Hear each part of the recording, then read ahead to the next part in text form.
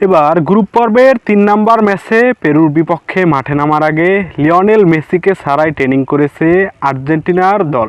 তাহলে কি ইনজুরি নাকি রেস্টে রাখা হয়েছে লিওনেল মেসিকে? এ বিষয়ে বিস্তারিত জানতে একটি মুহূর্ত না টেনে পুরো ভিডিওটি দেখে সাথেই থাকুন। গত বৃহস্পতিবার সন্ধ্যায় মিয়ামির ফ্লোরিডা আন্তর্জাতিক বিশ্ববিদ্যালয় মাঠে অনুশীলন করে আলবিসেলেস্তেরা।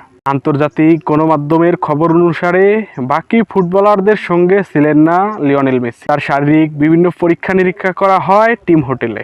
আর্জেন্টিনা দলের একজন মুখপাত্র আমেরিকান গণমাধ্যম দ্য অ্যাথলেটিকোকে জানিয়েছে, একজন ফিজিওর সঙ্গে চোটের সংখ্যা নিয়ে কাজ করছেন লিওনেল মেসি। সে সময় ৩৭ বছর বয়সী তারকা ফুটবলার লিওনেল মেসিকে এক ধরনের থেরাপি নেওয়ার কথাও উল্লেখ করেছিলেন সেই মুখপাত্রটি।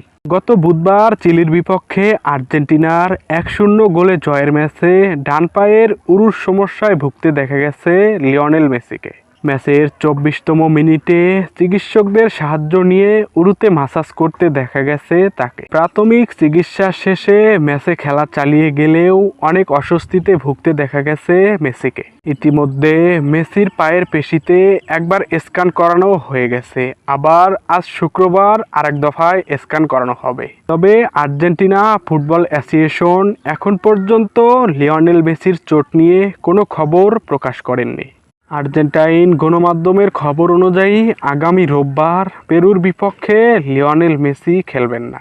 কোয়ার্টার ফাইনালের আগের ম্যাচে মেসিকে বিশ্রামে রাখা হবে, এমনটাই জানিয়েছিল আর্জেন্টাইন সংবাদ মাধ্যম।